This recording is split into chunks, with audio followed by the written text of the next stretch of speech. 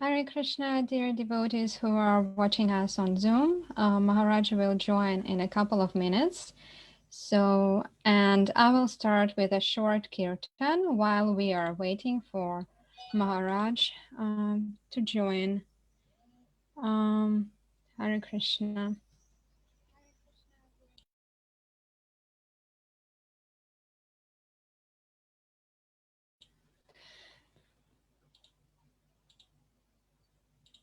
Just a moment.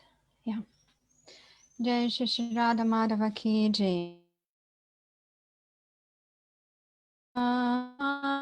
Madhava Kunja Bihari Gopi Janavallabha Girivaradhari Jashodanandana Mradajana Ranjana Jamunatira Vanachari Jai Radha Madhava Kunja Bihari Gopi Janavallabha Girivaradhari Jashodanandana Brajajana Ranjana Jamunatira Vanachari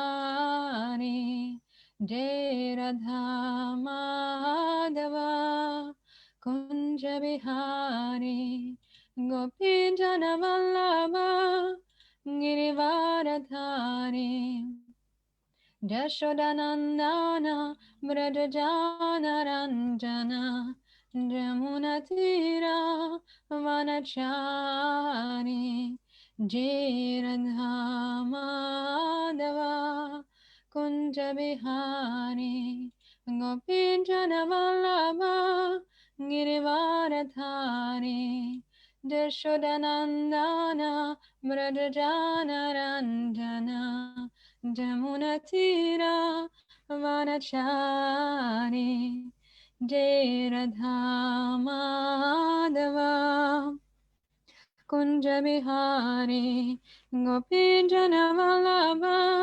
Girivaradhari Jashodanandana Brajajana Ranjana Jamunatira Vanachari Jai Radha Madhava Kunja Bihari Gopi Janavallabha Girivaradhari Yashodanandana Brajajana Ranjana Jamunatira Vanachari Jai Radha Madhava Kunja Bihari Gopi Janavallabha Girivaradhari Jashodanandana Brajajana Ranjana Jamunatira Vanachari Jai Radha Madhava Kunja Bihari Gopi Janavallabha Girivaradhari Jashodanandana Brajajana Ranjana Jamunatira Vanachari Jai Radha Madhava Kunja Bihari Gopi Janavallabha Girivaradhari Jashodanandana Brajajana Ranjana Jamunatira Vanachari Hare Krishna Hare Krishna Krishna Krishna Hare Hare Hare Rama Hare Rama Rama Rama Hare Hare, Hare Krishna, Hare Krishna, Krishna Krishna, Hare Hare, Hare Rama, Hare Rama, Rama Rama, Hare Hare, Hare Krishna, Hare Krishna, Krishna Krishna, Hare Hare, Hare Rama, Hare Rama, Rama Rama, Hare Hare. Jai Guru Maharaj ki Jai. Hare Krishna. Mam Vishnu Padaya Krishna Prasthaya Bhutale Srimati Bhakti Vedanta Shamini Tinamane Namaste Saraswati Deve Gauravani Pachanine Nirvisesa Sindhivari Paschati. So, excuse me for coming late. I found out this morning there was a meeting that I was invited to attend, which cut into another meeting that was scheduled, and that meeting was scheduled to end at 9:30, and it's still going on now. So here I am. As they say, better late than never. Hare Krishna. I don't have a title for today, but I can tell you I can tell you a little bit of what we discussed, which is so very valuable. Kind of called The Guru and ISKCON. Maybe that's the title. Anyway, I guess we'll figure out the title also as we continue. But one of my godbrothers was making a point that a lot of times in ISKCON you find that we do things that were not traditionally done. Traditionally, a guru appoints the next acharya. So there's one guru who's the head of an institution. That's the tradition. And as we know, that was not Srila Bhaktisiddhanta's idea, and that was difficult for. Wow, that's a lot of light. That was difficult for many because that wasn't a tradition. And so even you find in Gaudiya Math, there was, even though Bhaktisiddhanta said that don't appoint an acharya, if there is one, you'll all know. It'll just be obvious. But they felt the need to do that because that was the tradition. And so sometimes in ISKCON, there may be some changes from tradition or culture, and some devotees have issue with it.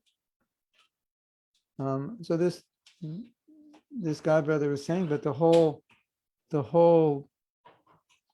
paradigm of ISKCON is unique in Gaudiya Vaishnavism, where you have an international body, and then all the gurus are part of that international body, and no guru has their own institution, or no guru has proprietorship over the institution. They're not above the GBC. This is all untraditional. And so we were discussing some of the untraditional things that may happen from the traditional ways guru and disciple relationships existed to how they exist within ISKCON. The traditional way, usually the guru was Uttama Adhikari, and now Prabhupada made us, his disciples, become gurus before we become Uttama Adhikari, or on our way up. And things will be not entirely different, but there will be adjustments. So that was, I think it's an important point. We had Ridananda Maharaj, he mentioned, I think it was in the Bias Puja offering, the awkwardness of the position he was in, because when he became a devotee, that was not devotee, became a guru, that was 1978, the first batch of gurus.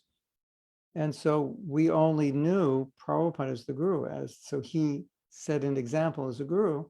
So everyone thought, well, if you become a guru, you do exactly what Prabhupada did. You know, like everything, have your own car, your own beautiful rooms, your own cooks, your own servants, your own seat. You are the person in charge, etc., etc.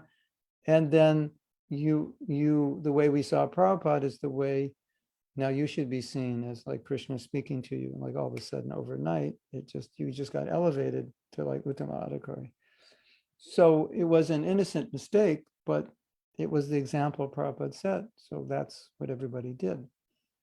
And so obvious problems come from that when someone is not on the level of Prabhupada, but people start seeing him that way, then you have a problem. So Hridayananda Maharaj said in the first few years of his Vyasa Puja offering, his disciples would write things like, you're taking lunch with Radharani and things like that. You know, that's how they saw him. Because you're the guru, Nikunja Yuno Ratikeli Siddhaya, you're with Radharani and Krishna in the kunjas of Braj. That's what it means to be guru. And it's true, but not all gurus are doing that yet.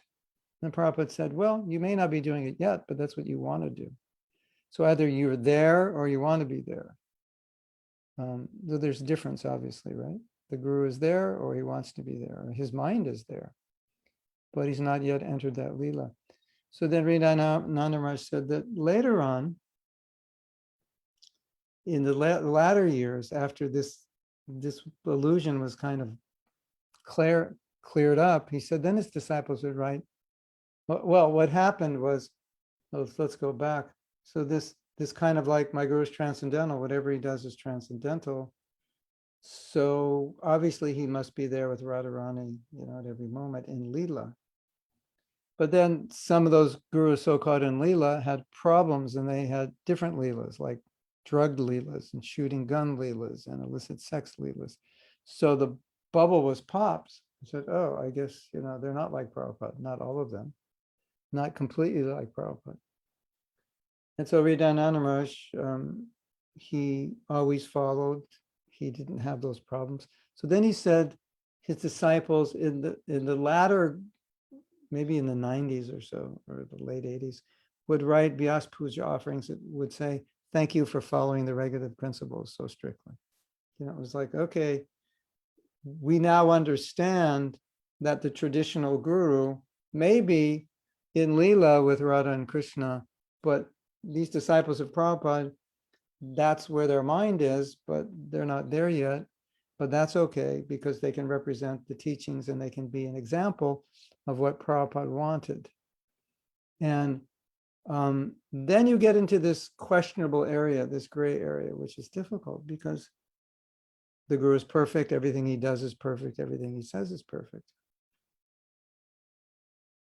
Okay, as a general principle, we can go with that, as long as he's not giving you financial advice, because you may lose all your money, and he's not a financial advisor. And of course, gurus wouldn't do that. And many gurus will not even choose a spouse for you because they don't want to be responsible for problems and have you feel, oh, my guru did this, what didn't he know? And to be frank, a lot of them have no idea. It's not, they don't come from that world. They've been brahmacharis to sannyas, they're, I think it's obvious, right? Some of them are very transcendental, so they don't, and it's not like shastric requirement that, to be guru, you must know how to pick your disciples' spouses. So there were, that idea the guru is perfect, he knows everything. So we went from the gurus being like Prabhupada to some gurus being worse than ordinary people. And so, obviously a lot of people lost faith, and to try to find some balance. And so part of the balance is that, well, this is what Prabhupada created. These are his disciples. This is what he has to work with. And we're learning. And the traditional role of guru as absolute, the disciple as I'm a fool, I know nothing, I just do what you say, which is, of course, what the disciple should do. But there is a limit to that, because what if the guru tells you to jump off a building head first? Are you going to do that? I hope not. Would a guru do that? Well, we saw outside of ISKCON, there were gurus who gave their disciples, what did they give them? Cyanide? Is it cyanide? Is that what, some cyanide, right? Yeah. Drink the cyanide, world's going to end, we don't want to be here. So not in ISKCON, of course, that didn't happen. But it did happen outside because people had that faith. Our guru was telling me to kill myself. So fortunately, we were so fortunate that we had a guru like Prabhupada who was so pure. But it created problems for us in the beginning because we thought when we become guru, we all of a sudden get elevated to that platform, or at least we have to exhibit that absolute authority of the traditional guru.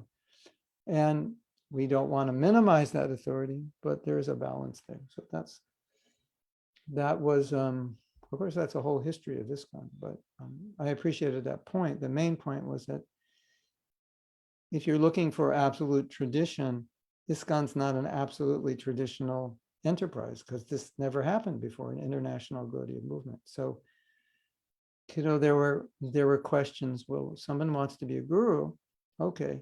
So who should decide if that person's the guru? Well, from the Shastra, it should be the disciple. The disciple should decide, is this person qualified? You read Shastra, you understand the qualification of guru, and then you make a decision. Is this person qualified to be my guru? And the GBC says, well, we want to weigh in a little bit just to make sure. And then some people say, no, it's not your duty. It's the duty of the disciple, which is true. But then what would Prabhupada say? Why did you allow this person to be guru? He doesn't have fidelity to ISKCON. He hasn't been following some of the principles in the past. He's been married 6 times, etc. Why did, so obviously some balance between the disciple finds the guru and the institution just ensuring that whoever the disciple finds is going to be capable of performing that function, which of course education is the best thing, both for gurus and future gurus and disciples. So they both know what they're doing and how to do it. I think gurus had to learn in the school of hard knocks, and disciples had to learn sometimes what it means to be a disciple, which is why I always joke with disciples, like, do you want to be a disciple? Really? Like, do you know what that means? Like, give up your independence, So it's not always easy to be a disciple, right? When Prabhupada said we didn't go to the moon, he lost some disciples. Did you know that? It's like, they couldn't believe that. So sometimes the guru may say something. I heard Prabhupada, I overheard him say when he was in the garden speaking to some professors, this was probably 75, before it was printed in Bhagavatam, he said, there's these huge birds that fly from planet to planet. Like, I never heard this before. Okay. And he said that their eggs hatch in midair as they're traveling. I was like, okay. It's like, oh, Prabhupada said it. All right.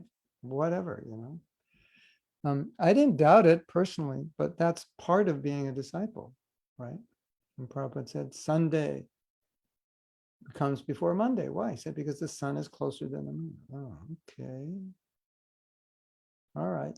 It's just like, so that's what it means to be a disciple. And what it means to be a guru is not all your disciples will have that much faith in everything you say when Sunday comes before Monday because the sun's closer. Like, wait a minute, we didn't learn that in school.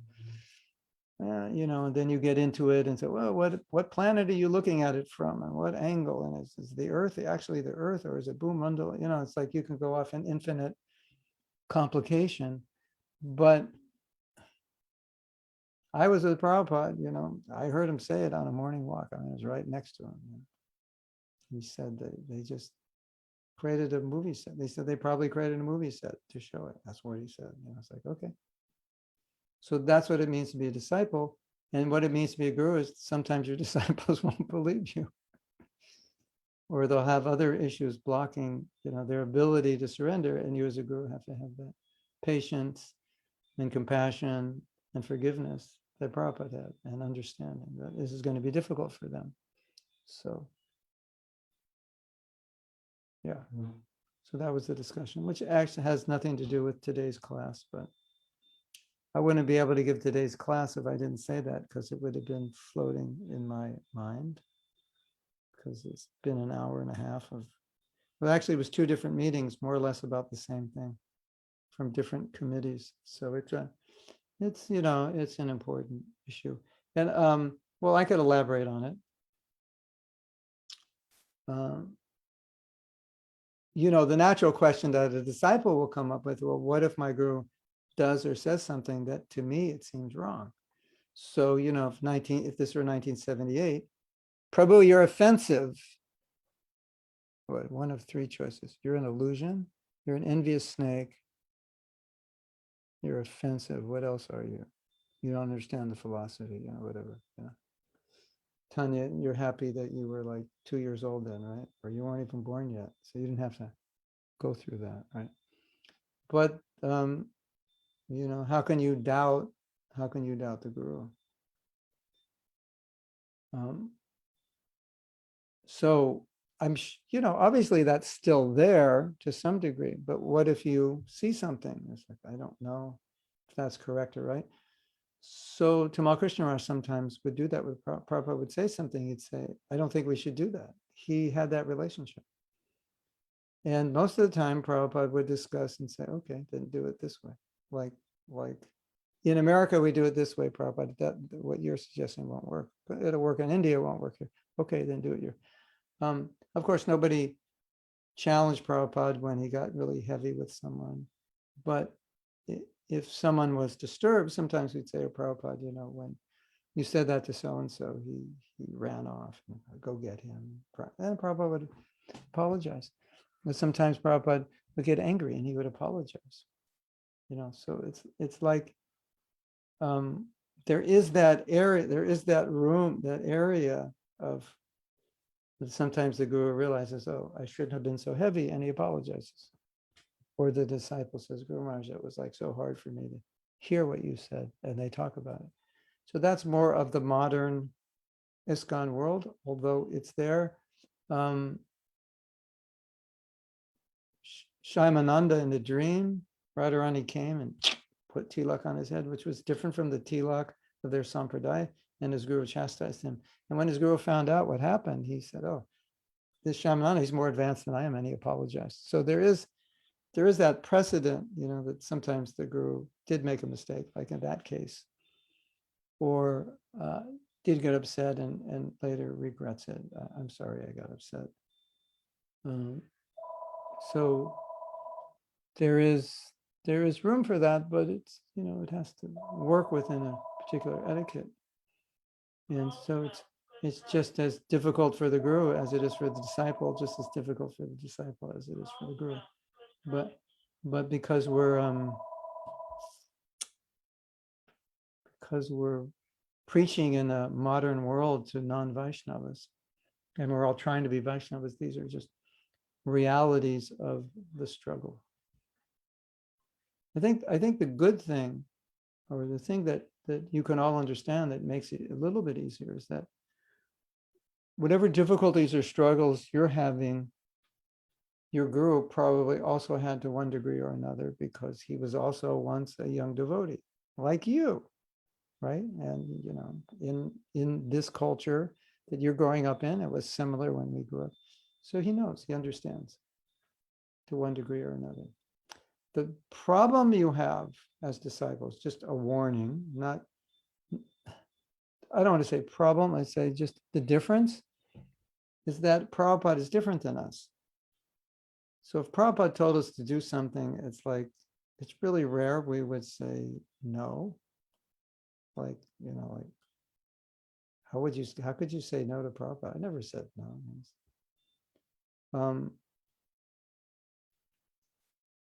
And a lot of disciples, when their gurus ask them to do something, I can't do that. And the guru thinks, I would never say that to Prabhupada. And I always say, yeah, but you're not Prabhupada. That's why. And they're saying no to you, you're different. I don't think they would say no to Prabhupada either, but they're saying no to you. There is some difference there. And so the guru needs to understand that. And sometimes, the way we behave with Prabhupada was also, it was very special, very different. Prabhupada was a different person on a different level.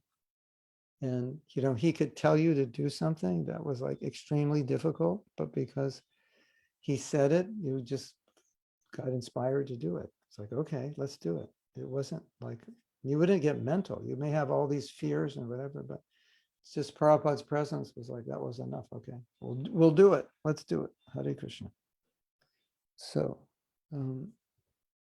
as I've often said, that if you ever question how is it or how was it that Prabhupada's disciples seem so surrendered, a lot of times you look at them and go, wow, how do they do that? If I compare my surrender to their surrender, it's nothing.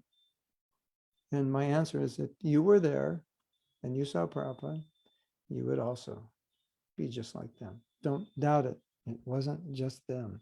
It takes two to tango. Prabhupada's presence is extremely powerful. And we know from experience that you also would have surrendered like we did if you were seeing Prabhupada. So, all right, should we start today's class after after the half-hour intro of the problems of being a disciple in 2021, the problems of being a guru in 2021? Okay, I have to tell you something else. This is sad, but fortunately it doesn't affect ISKCON. But I think it's important for all of us to deal with this because it's real. So last night I couldn't. It was like 9:30. My wife went to sleep, and I was like, "You ever been like wide awake at night, and you didn't sleep extra in the day. You didn't do exercise. Everything should be normal, and you can't sleep. Well, that was last night at 9:30. I just threw myself in bed and said, "Go to sleep." I could have run up and down the stairs 100 times at 11:30 last night. So usually when that happens, I don't do work where I have to read something and respond or edit something because my mind's not awake enough to do that. And I'll write something and someone will say, how come you said that? And I go, what did I say? I said, you said this. No, I never would have said that. And I go, oh yeah, I wrote that at 11 at night. Yeah, probably didn't realize it. So I usually watch videos because videos, you don't have to do anything. It's you have to concentrate. So I was watching videos on the topic of guru abuse. Interesting topic. For me, it's interesting. Being a guru, what would be considered guru abuse? So what came up, as you could imagine, was sexual abuse mostly. I was looking more to find out about emotional abuse, of how that, the authority of that position could be misused. But this was worse. This was going through some of the most famous yoga teachers, traditional, older yoga teachers, all with multiple sexual abuse cases with them. I mean, we're talking about like high up traditional revered yogis. And as I mentioned earlier, one of the things they talked about was when disciples would see this and, they saw these people as their guru and their guru is making passes at them now. And, they're trying to go in the community and explain this. And people are saying, well, you can't judge him like that because he's the guru, cult. And in fact, I saw an interview with a guy who wrote a book on cults within the yoga community because of this. So,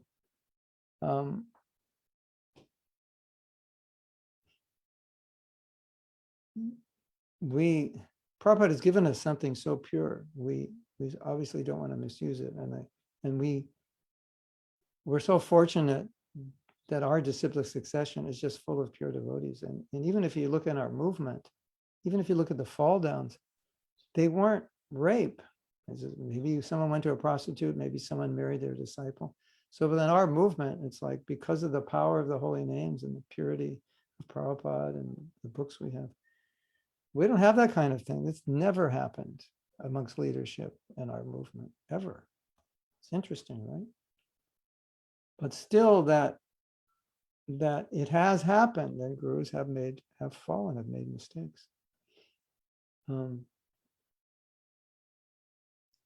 so this is, it's kind of like a warning, as I've said often, if something doesn't feel right, if something doesn't sound right, something doesn't seem right, it probably isn't. What's that saying? Looks like a duck, walks like a duck, quacks like a duck. It's probably a duck, right? You have that? So, of course,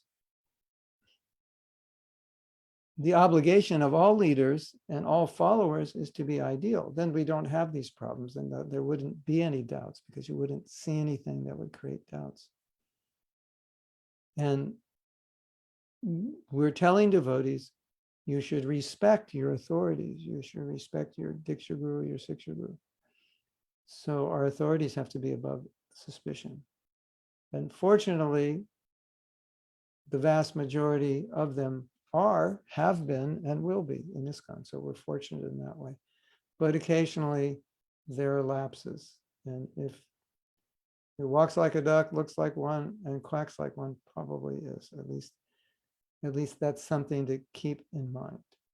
And the other thing that is so important is that if there is ever a problem that you have with an authority, one of the worst mistakes I've seen made is that a devotee goes on the attack mode. Whereas the mode should be, can we talk about this? I have a problem. And it's respectfully presented, because if you go on the attack mode, what do you think the person you're attacking is going to do? That's what they're going to do, right? You're going to shut them down. And it's not really the etiquette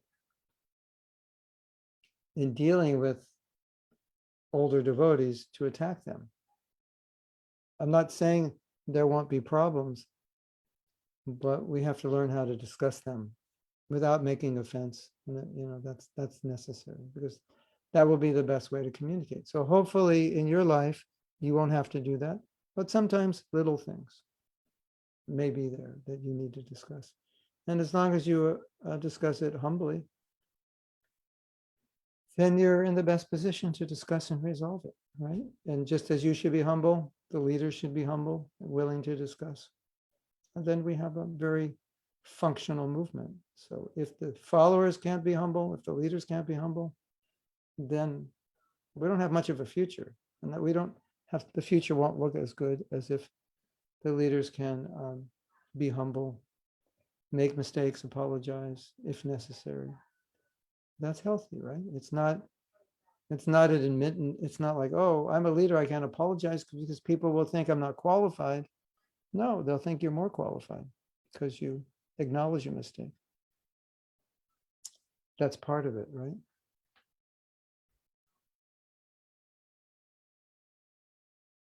Anyway, hopefully you won't have to deal with this, or not much of it, but if ever you do, then I think what I just said will be helpful. Hare Krishna. Okay, now you want to bring up the next verse? Or we have something in chat? What did someone said something? He said, amazing topic. You want me to continue on this topic? You like it?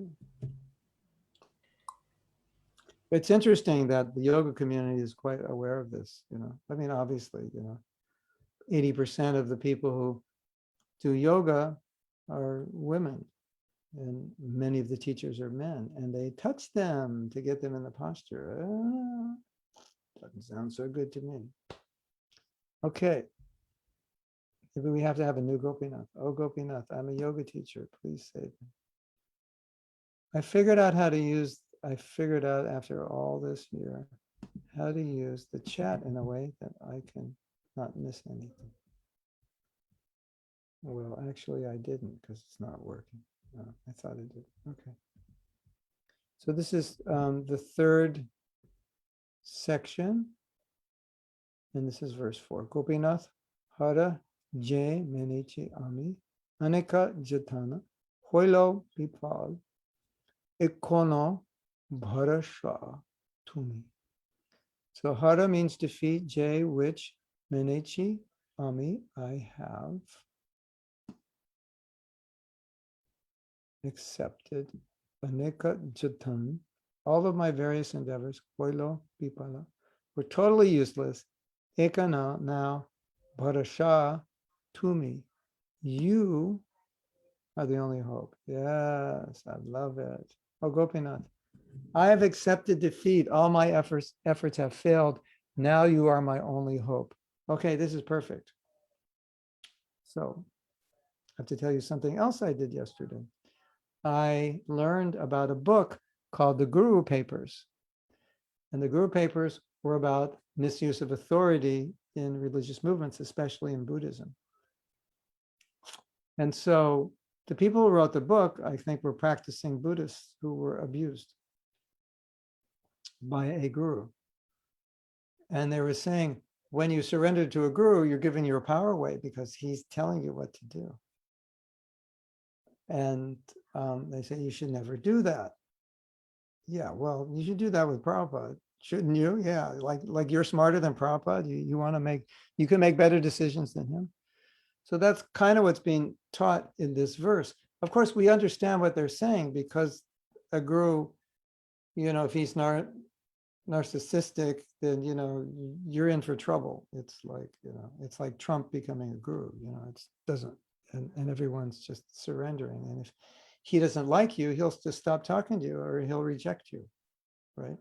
So I think that's kind of what they went through with some of these gurus who were narcissistic. So yeah, in that sense, I understood what they were saying, but they're throwing out the baby with the bathwater, because what's the whole idea of accepting a guru? It's the second chapter of the Gita where Arjuna says, I'm confused about my duty. I don't know what to do. You ever felt like that? Yes, Prabhu, I feel like that like 24/7. Like, what do I do now? Right? So now I'm a soul surrendered unto you. That's why someone accepts a guru. And so the idea of you give your power away, you're being controlled, you're being brainwashed, I understand that totally. But the foundational concept is what they were saying is you have to take your power back. You have to, everyone knows, this is what they said, everyone knows what's best for them. Okay, if that's true, how did you end up with another body? I guess you didn't know what was best for you. How did you end up with the last 10 zillion bodies? Because you didn't know what was best for you. So, it's a pendulum. I understand they must have gone through difficulty. That guru was probably narcissistic and drove them crazy and created all kinds of dysfunctional havoc within the ashram. No doubt. If you have narcissistic gurus or psychotic, neurotic people in authority, yeah, that's going to happen. We're not talking about that. We're talking about bona fide gurus. Yeah. So Shastra says, if you don't have a bona fide guru, you're not even human. So you want to give up your guru? Okay, again, you can descend back to the animal species. You need a guru. That's how you understand. So yes, we understand that we should use our intelligence, we should use our intuition and so forth. But we also understand the limitations of that. And the obvious limitations are just look in the mirror. You have another body. So you didn't do so good in your last life. Sorry about that. And probably what you did was exactly what they said. Think for yourself. Okay. You don't want to let someone else think for you, except you do. You don't, but you do. Like Krishna thinks for you as super soul, right? Do you not want to let him think for you? Of course you do. Does your guru know better? Does Prabhupada know better? yeah, at least he knows how to get you out of the material world. So that's the idea. So Bhaktivinoda Thakur it's just exactly what Arjuna is saying. He's saying, I don't know what to do now. Arjuna is like depressed, confused.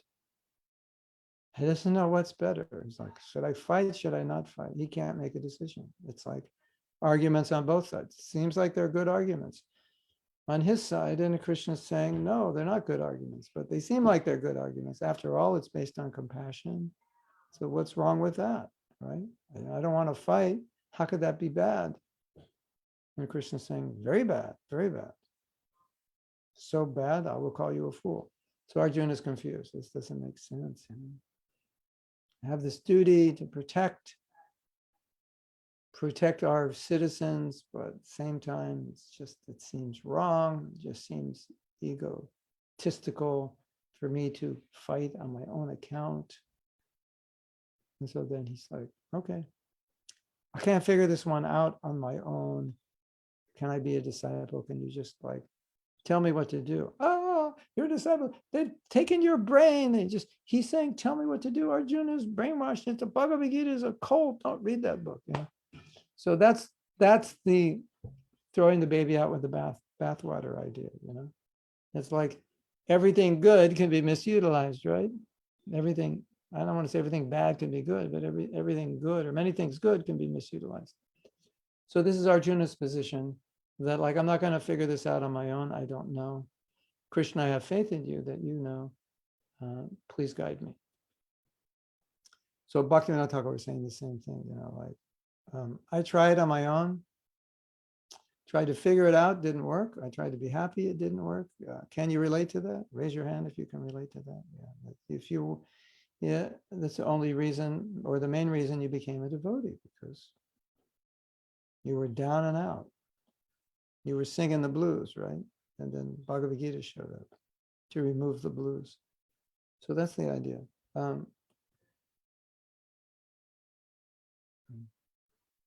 So that's what he's saying. So what is Bhaktivinoda? You are my only hope. I have accepted defeat. All my efforts have failed. Now you are my only hope. So do you feel like this? This is a good feeling to chant japa with.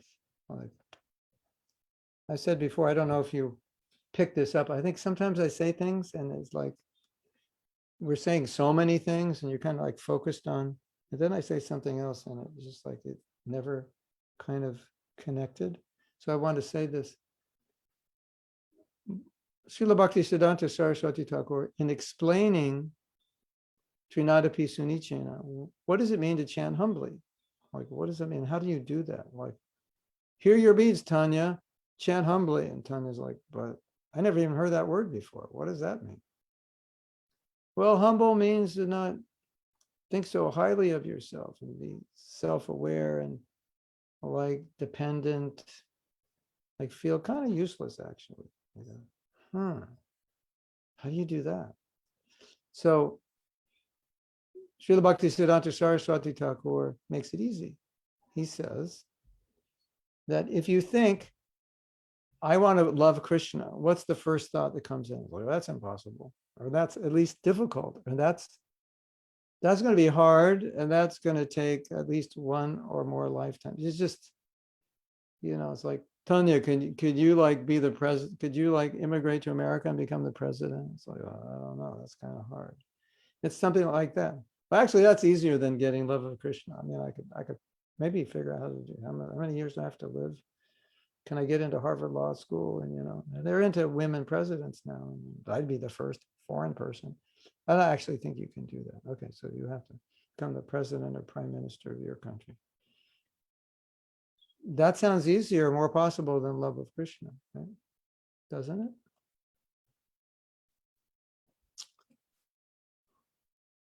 So Srila Bhaktisiddhanta Saraswati Thakur said, definitely, if you're trying to become a pure devotee, which we all are, then definitely you're going to feel like this is impossible. So chanting in humility, as Krishna right? It's impossible. I can't do this on my own. Unless you help me, it's never going to happen. That's chanting in humility, which is why you can chant in humility right from day one. You don't have to wait to become humble. Prabhu, I don't chant in humility. Why not? Because I'm not humble. How can I do it? No. Well, this is how you do it. You feel, you allow yourself to feel what is actually true. That it's not easy to develop love of God. And I need all the help I can get. And so I'm going to ask Krishna to give me help, because without your help, forget it. I can't do it. It's impossible.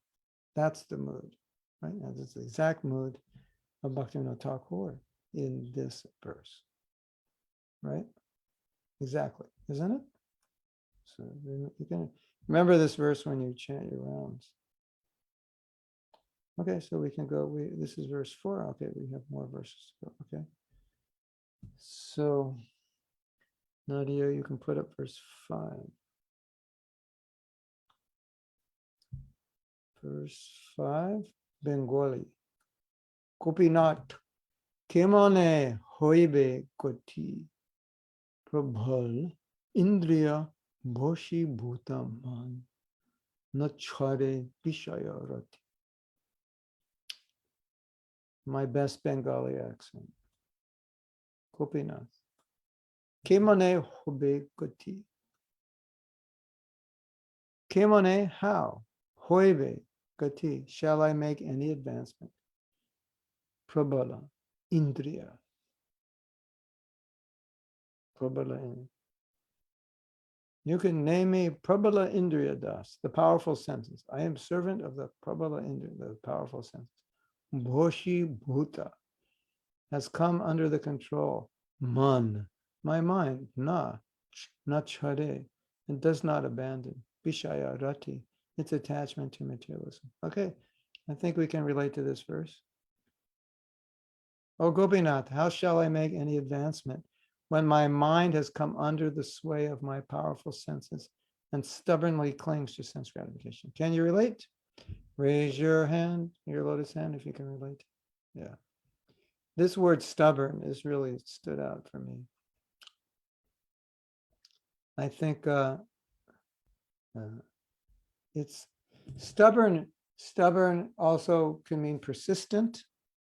It doesn't change. It's like it keeps coming back, as Prabhupada said. Trying to make us Krishna conscious is like trying to straighten the tail of a dog. It's not going to happen. Well, there might be a way. I guess you could tie a stick to it. But if you're just pulling the dog's tail, right, and thinking, put some grease on it and straighten it, like, straighten your hair or something. It's not easy. Or in Prabhupada said, he also said, as you may know, that trying to make us Krishna conscious is like trying to clean coal. I don't think you can clean coal because it just spreads dirt everywhere. It's kind of like never-ending dirt. Kind of discouraging, right? Well, if that's the case, what am I doing? I might as well give up. You can't clean coal and you can't straighten the dog's tail. So, okay, that's it. Getting rid of my beads, getting rid of my Bhagavad Gita, what's the use? No. That was not the intent of Prabhupada, but it was the intent to show us that the conditioning is stubborn. And so again, what Bhaktivinoda Thakur is doing is like doing this self-analysis. It's like, look at me. I'm a mess. Look at all these problems I have. And with each problem, it's kind of a realization that how much I need Krishna. And have you ever felt this? Like your mind, it's like you have this saying, a one-track mind. I have a one-track mind. It always goes to sense gratification. No matter where I move it, it's like there's this magnet over here and it just goes zoom. And I've got it over here and it's like hours and hours over here. And all of a sudden, zoom. You ever have that experience? Like, yeah, what a predicament. So that's the word where the word stubborn comes. It's like I keep trying to like reprogram it. I keep trying to see things in the right way. I keep chanting a lot of rounds, doing everything. I get up early. I read Bhagavatam. I chant my rounds. I pray. Some days I chant extra rounds. I do service like 23 hours a day, and still my mind, whoop, whoop, can be discouraging, right? You all can relate, right?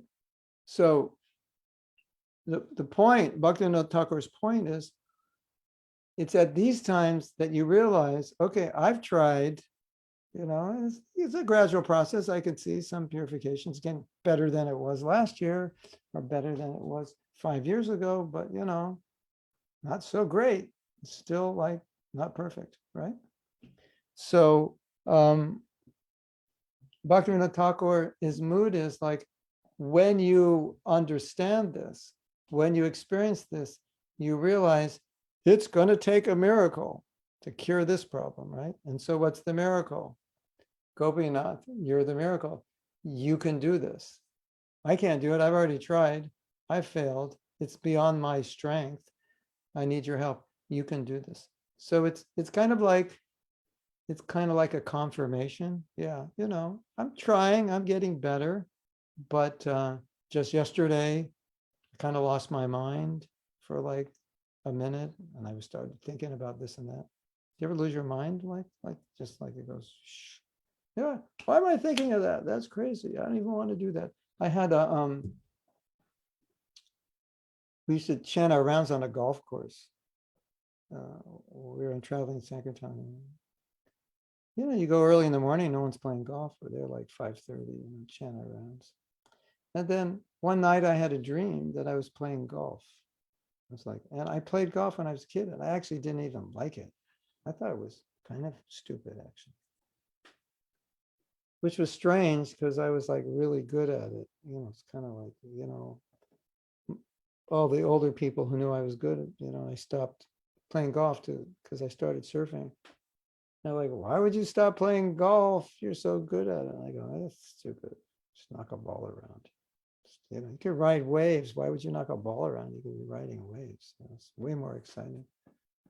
But anyway, so one night I had a dream that I was playing golf, and I was thinking, this is crazy. I don't even like it. Of course, we're walking on the golf course, so yeah. But so the mind is like that, isn't it? It's like, why are you thinking of that? You don't even like that. Yeah, I know, but you used to like it. So your mind's saying, so we'll think about it because you used to like it. Whatever, it's there. Like, so that's kind of the mood of Bhaktivinoda Thakur. Like sometimes this mind, this conditioning is just like, I can't even, like, I don't know what to say. I can't control it, isn't it? So Bhaktivinoda Thakur is saying, okay, Krishna, this is, there's a lot of stubborn stuff in there. And, I think you're the only one that can deal with it because, I'm trying my best, but it's like a slow process and definitely not a perfect process. Although, we're getting there, but ultimately I need your help. You can do this. So I remember once a very unfortunate thing happened to me. It was the appearance day of,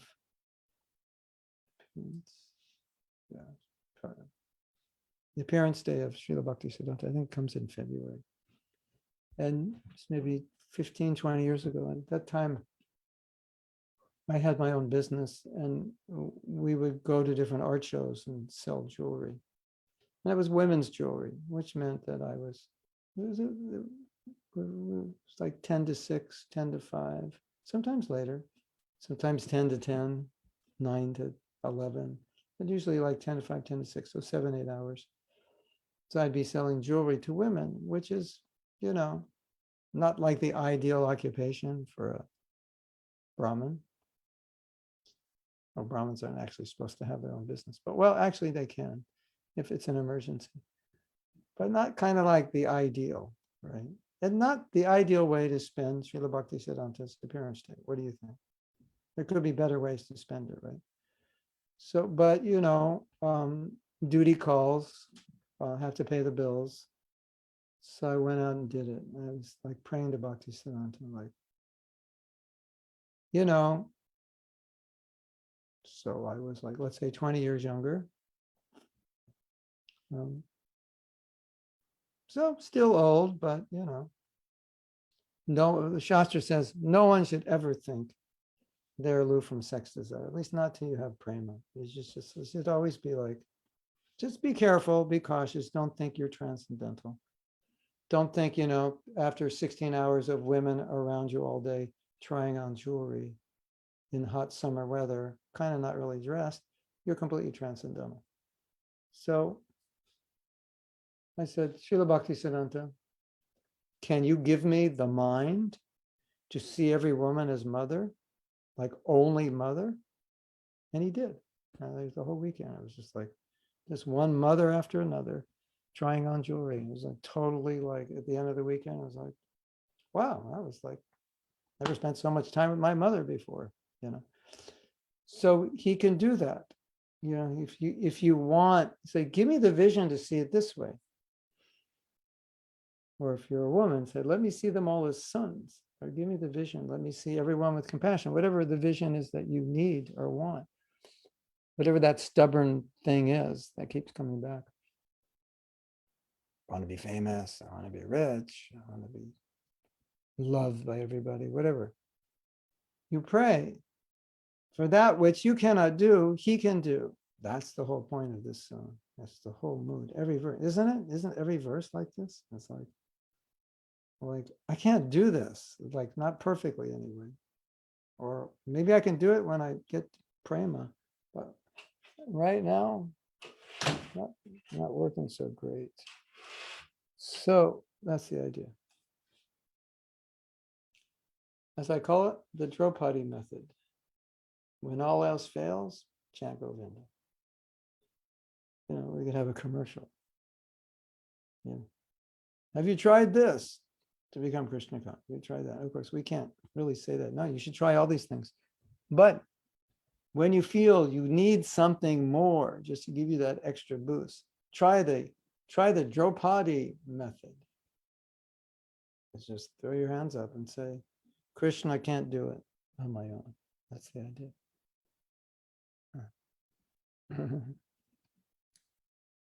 I can't do it on my own. Maybe, you should all get a tattoo. Where should we put that tattoo? Like maybe right on our hand. What part of our body do we see the most? Is it our hands? Well, it depends. If you're in love with yourself, it's probably your face, right? Looking at it all day. It's probably our hands, right? I can't do this on my own. Or maybe we could make a little, like one of these with a little, you've seen those? Those little rubber bracelets. We should have one. Maybe some of you could make one. Send me one. I can't do it on my own. And whoever comes to class will send one to you as a present. I can't do it on my own, so we remember. Yeah. And as Prabhupada said, well, it's quite easy if Krishna helps you. You're trying to do something you can't do, but if he helps you, then that's, if you could get anyone's help, whose help would you want to get? So that's not difficult to answer. So that's the idea. Probably Krishna's. Okay, next verse. Moving right along here, making progress. We might finish today. Okay, this is text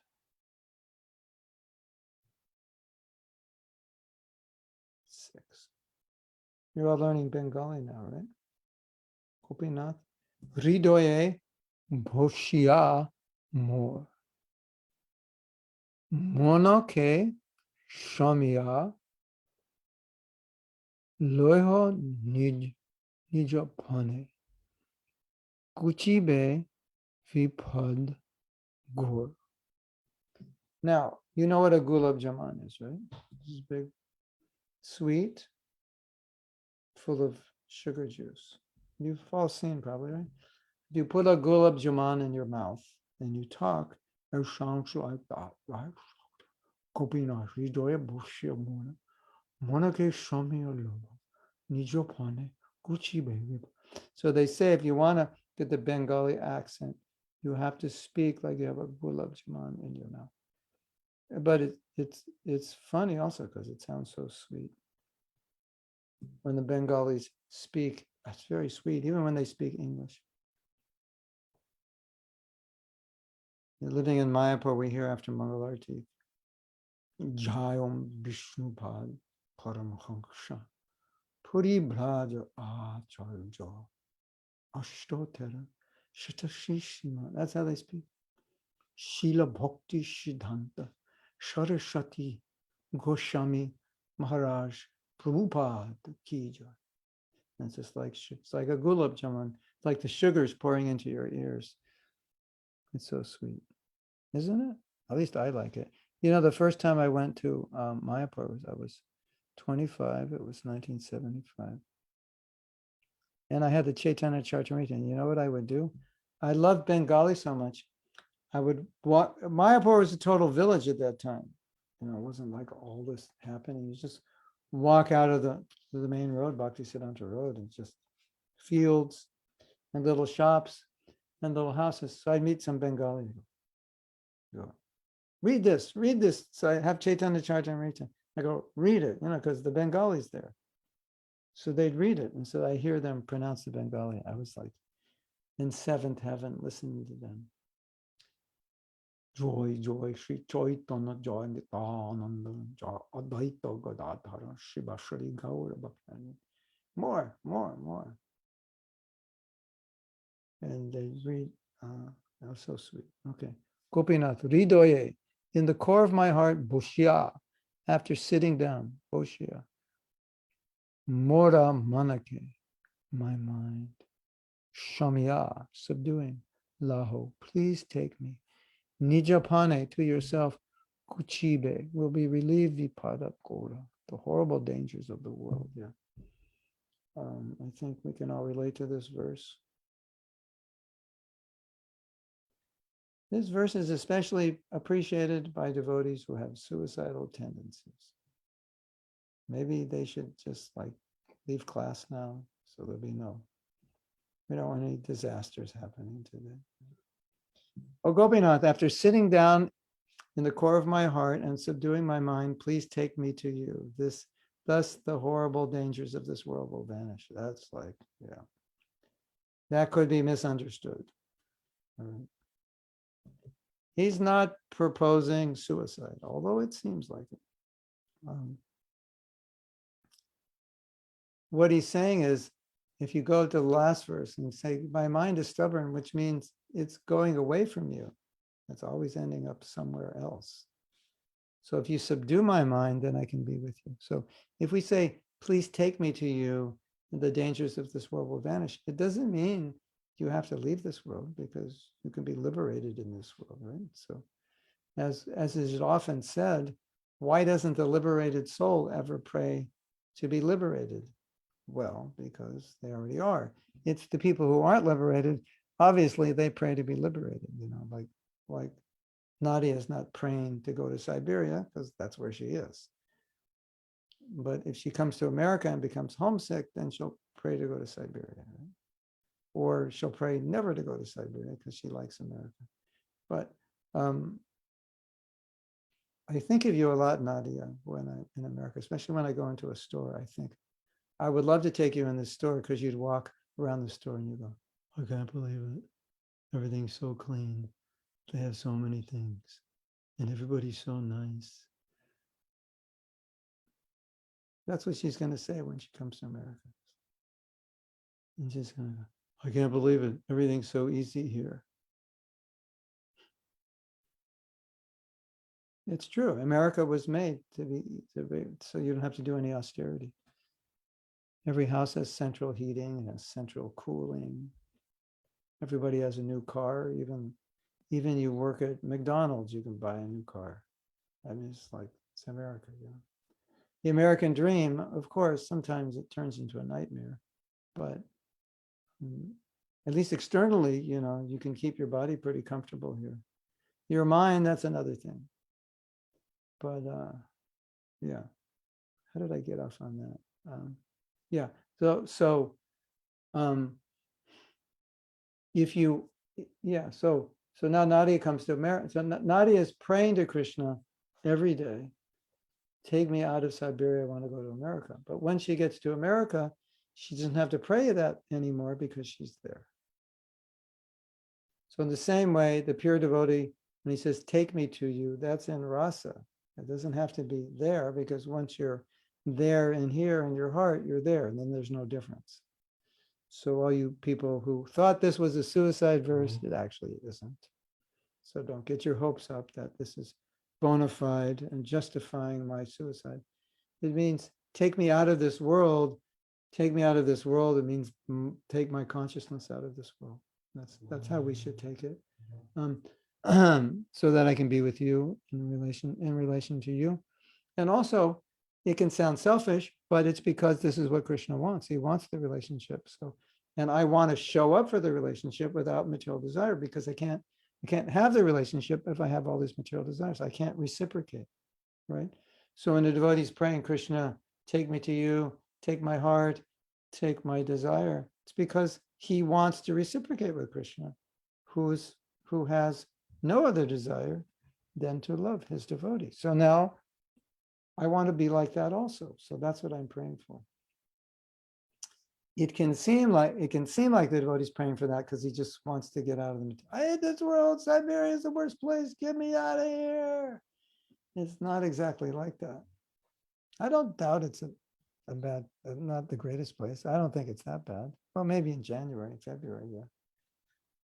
Probably pretty bad. Unless you like ice skating and skiing, it's probably great, right? But all your hair freezes, right? Turns into ice, isn't it? Is that true? If it rains or something, your hair is like. I lived in Canada, I know. I was in Edmonton in the winter, and Edmonton is the same longitude, is it? Latitude, longitude, I think, as Moscow. It's way up there. So it's covered in snow 6 months a year. So I have some idea of, you go outside. Oh, I forgot my gloves. 3 seconds later, your hands are like white, purple and white. Like, what happened? I can't open the door. I have that experience. How do you open the door? I can't turn it. You got it. Right? Is that what you have to do? Because they're frozen? Yeah. And you want to hear something funny? So today's class is kind of more entertaining than philosophical, but this is like 1970, 71, maybe 1971. We're going on traveling Sankirtan, one of the first traveling Sankirtan parties. And the life of a brahmachari in 1971 is quite austere. So we hit the road with the wind chill factor in Fahrenheit. It was like 30 degrees below zero. So it's centigrade. 32 degrees below. It was like, yeah, literally get out of the van. If you don't get in the building in under 3 seconds, your hands will freeze like that cold. Right? So we got out of the van, ran into the hotel. We're traveling maybe 1,000 miles or 800 miles or something. Didn't reach our destination. And so we needed to eat something. Like, can someone translate 30 degrees below zero from Fahrenheit to Celsius? Just so you know what we're talking about. No, minus 35, 35 minus. Okay, so So that's like a normal day in Moscow, right? In January, something like that, yeah. So we got in the hotel, and then we were hungry. So we sent the brahmacharis to go shopping. What do you think? This is okay. I have to give you a hint. I'm going to ask you, what do you think they bought? They're brahmacharis living in the temple, practically get nothing to eat during the week. We never have sweets during the week. No sense gratification except on Sunday, and even not that great on Sunday. I'm going to give you a little hint. It's 35 degrees below zero. Now, what is one of the most delicious foods that, here's another hint, you would find it at being stored at 35 degrees below zero? Yeah. So what did they go out and buy? Take a guess. Ice cream. Yeah. A little clue into the insanity of being a brahmachari in 1971. and how little sense gratification they got, and the first opportunity to get some, despite all illogical thinking, it's so cold, we're going to eat ice cream. Yeah, that's what they did. I remember it to this day, 50 years later. So, yeah. Should I write a book called Crazy Brahmacharis? Yeah, when you get bored, you can just read it, laugh at the brahmacharis. Yeah. So, Krishna will let you come to America someday. Oh, I don't know. Maybe not. Maybe yes. I think you'll make it here. Maybe you'll make it here and you go, I don't even like it. I like Siberia. Maybe you have to come here so you can appreciate Siberia. It's too hot here. I can't take it anymore. We'll go in the ocean and cool off. There's too much seaweed. I don't like it. Take me to the mountains. There are no mountains here. It's all flat. Well, there are mountains in America, not in Florida. So, yeah. So when we see these prayers and it looks like the devotee's praying, get me out of here, I don't know. For a very young devotee, yeah, like get me out of here, I don't like it here, young devotee, aversion. They're either going to be attached or adverse. So better be adverse than attached. Although it's kind of the opposite side of an unhealthy paradigm, but at least it's better than attachment, right? That's like, all right. I hate everything in this world. It's all bad. I just hate it. Get me out of here. Well, that's, for a young devotee, that's kind of healthy, because otherwise it's like, I love everything. I want to stay here. So Prabhupada acknowledged that for young devotees. It's like, I'm fed up. I hate it. And he goes, oh yeah, it's like Arjuna. Congratulations, But when you see that amongst more advanced devotees, then you get confused because it seems like they're also like that. I can't take it anymore. Get me out of here. Why would Bhaktivinoda Thakura say that? He's living in Navadvip. You're not going to say that when you live in Navadvip, right? So he's saying, I can't take being separated from you in consciousness. So get me out of that. Yeah. So Nadi says, her Prabhupada say in the class that liberation means liberation from the modes of nature to be able to serve Krishna purely. Yeah. So that's a higher stage. It's not that some of you at a certain stage will just want to get out of here. I can't take it. If a truck runs over me today, it's going to be the happiest day of my life type thing. That does happen, right? I'm like, not a truck. Can I just kind of like go to sleep and not wake up? Or can I go to sleep and wake up and like go loka vrindavan? Yeah, you could, but that usually happens when you're like 92, not when you're 30. So, you have to wait a while for that. But sometimes we think like that, right? So that's okay. But we shouldn't think that that's the way we should always think. And we shouldn't think that's the way the pure devotees think, because they don't. Right? They can't think that way. And anytime you ever see anything a pure devotee says or does that seems to give you the impression that just seems like selfish, it's not. It's only for Krishna's pleasure, because a pure devotee cannot think selfishly. It's not possible. So that should never be in your mind that this is selfish. No, it's not. It can't be. It's beyond the realm of possibility. Does that make sense? Yeah. Okay, so we'll go to the next verse. This is verse number 7. Why are we getting there? Gopinath, Anartha Dekiya Mure. Tumi Rishikesha Rishika. Dhameya Tharo He Sham Shrita Ghore. Ghore means horrible. Gopinath. So word meanings, Anatta Dekiya More. Seeing me so helpless, to me. Rishikesha. You are Rishikesh, the Lord of the senses. Rishika. Dhamaya, controlling these senses of mine. Tarohe, oh, please deliver samsriti gore from this dark and perilous worldly existence. So pretty much repeating what he just said. Oh, Gopinath, you are Rishikesh, the Lord of the senses. Seeing me so helpless, please control these senses of mine and deliver me from the dark and perilous worldly existence. It's kind of like, you know, you want to borrow some money from somebody and you know they're rich. So you say, I need, or give some money. I need money and I know you're rich. Can you give me some? I don't have any. So something like that. Like it's a confirmation. It's like you're having an argument with Krishna. Okay, Krishna, this is what I need. And I know you have it, so you're defeated. You have to give it. You can't hide it. I know you can't hide it from me. I know you have it. I know you're qualified to give it, so you can't argue that you can't give it. And yeah, so, but it's also just continually underscoring this desire that I need this help. Okay, next one.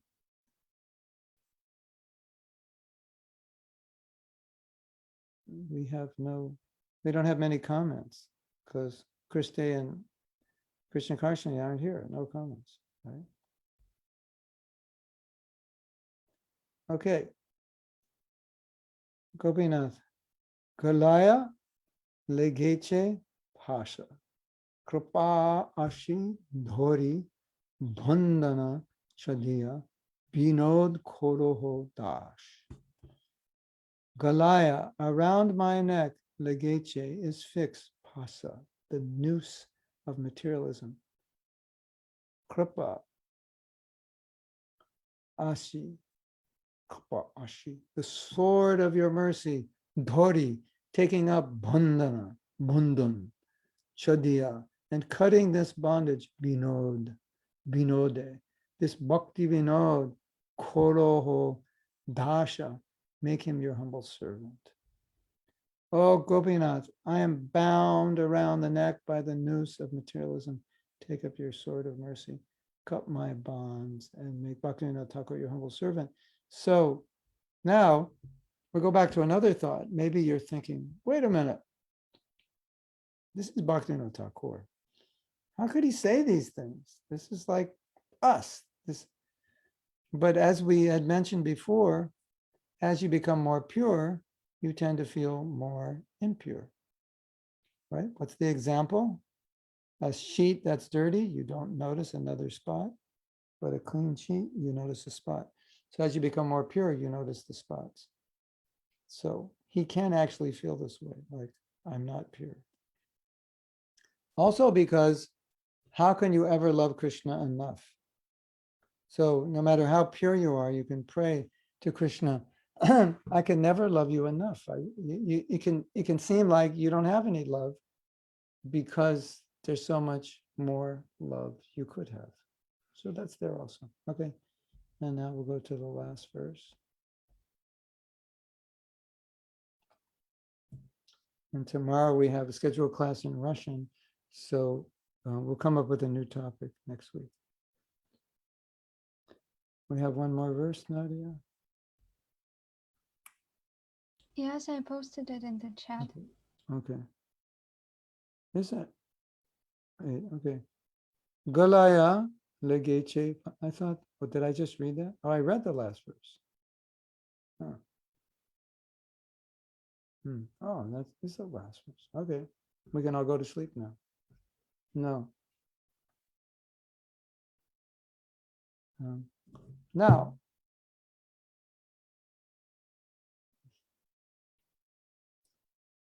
Tanya says, I can't even wish for something like that. I guess only a pure devotee can say that sincerely. That's true, but you can try to, let's see if we could kind of relate to this. I'm bound around the neck by the noose of materialism, correct? You agree? Okay. Take up your sword of mercy and cut my bonds and make me your humble servant. You're afraid to become a humble servant? Is that why? Believe me, don't put, the worst thing we can do is put material conceptions on ideas like humility and surrender like that, because then we won't want to do it. But I once heard a talk, and the word divine slavery was being used over and over again. And but it's like, I don't want to be a slave. Really? You don't want to be a slave? Well, I think it's too late now. You do have a body, right? So you are going to get old. Yeah, you are going to get hungry. You are going to get tired. So if you don't want to be a slave, it's already too late for that. So now it's a choice of what kind of slave you want to be, who you want to be a slave to. I don't want to be humble. I don't bow down to anybody. Really? You don't? What about disease? You bow down to that. I mean, literally, you bow down to disease, like right flat on your face when you go to sleep all day to recuperate. And you don't bow down to death? Yeah, you do. And you don't bow down. Every guy falls in love, then he bows down to the girl. Give me sex. I'll do anything. Just give me sex. So, so it's a question of who you want to be humbled towards, right? Ladies, warning. Please heed my warning. When someone says they love you, do a little research to see if it's actually true. Because they may love you, something about you that they love, but it's not actually you they love. It's the sense gratification they get from you that they love. So make sure when they say, I love you, you know what they're talking about. And if they actually love you, yeah, then you can surrender. But if they don't, not a good idea. So we're going to surrender to the one we love. That's for sure. That's why it's so easy for us to surrender to Prabhupada, because we all thought, well, I'm going to surrender to somebody. Yeah, it's not Prabhupada, it'll be some pretty girl that comes along, or some boss, or whatever. Surrender to the military. So yeah, so don't be afraid of surrender. Don't be afraid of being a divine slave. You don't have to be a slave of someone or something. One teacher said something really funny. He said, you have a lot of freedom. You can pay your taxes by check or by credit card. That's your freedom. Yeah. So, people think we want freedom. Yeah, right. Good luck. You got lots of freedom, right?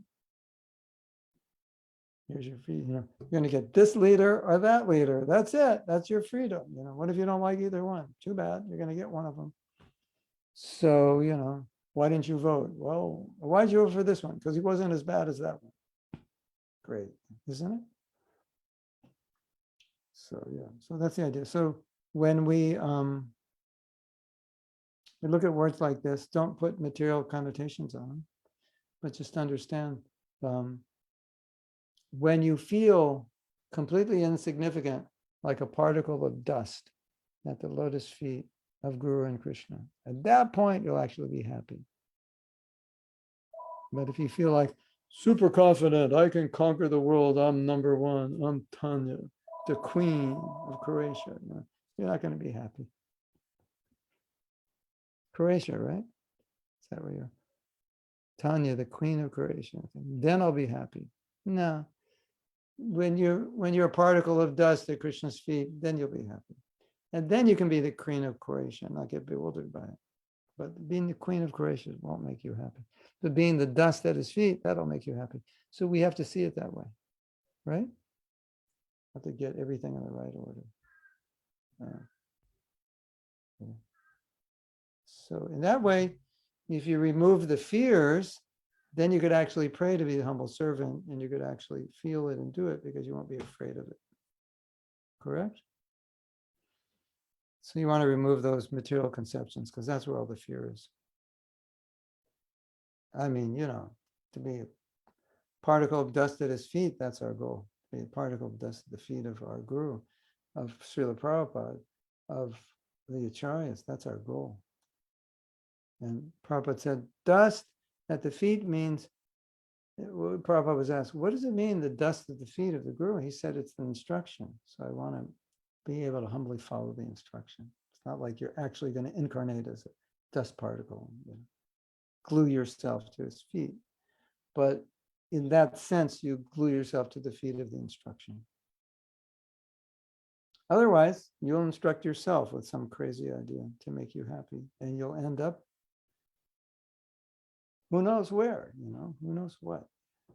You ever go somewhere and you see like there's frogs and there's lizards and there's bunny rabbits and squirrels and this, and you ever go like that and think, like, how do you end up like one of those? Well, just forget Krishna and then you'll get there, right? So, okay, looks like there's no more questions. So, No comments on Facebook. yeah, No questions. everybody's asleep today. Okay, no, they were all bewildered. They were just sitting there like frozen, right? Just in samadhi. All questions answered before even asked. Okay, so tomorrow is Russian day, Ruski day. So I made a decision, which I haven't told Radha Priya, so we haven't advertised it, that I will give class Monday, Wednesday, and Friday. We'll skip Thursday, and Friday will be Ruski day, Russian day, because I need more time to go to the beach. No, that also. Unfortunately, I won't be by the beach much longer, but I need more time. I think Monday, Wednesday, and Friday is enough information to keep you going, isn't it? Every other day, get a read, and you'll get something on the weekend. Nadia wants it 24/7. Well, you just have to play back. You have to play it back. But so that'll be a new schedule, which we will post Monday, Wednesday, Friday. Yeah, like this morning I had these meetings and it's like I should have actually stayed, but I had to come here. So they give me, I'm on like 3 committees right now. So it takes time. We have to meet sometimes. So that's the bad news, but it's not that bad. Could be worse. Okay. Hare Krishna to all of you. See you tomorrow. Srila Prabhupada ki jai. Guru Maharaj, wait a moment, please. I have something. Wait a moment, please, Guru Maharaj. Do I have something today? Something else I'm doing? What am I doing today? Nothing. I have a meeting tonight. Wait one moment. What?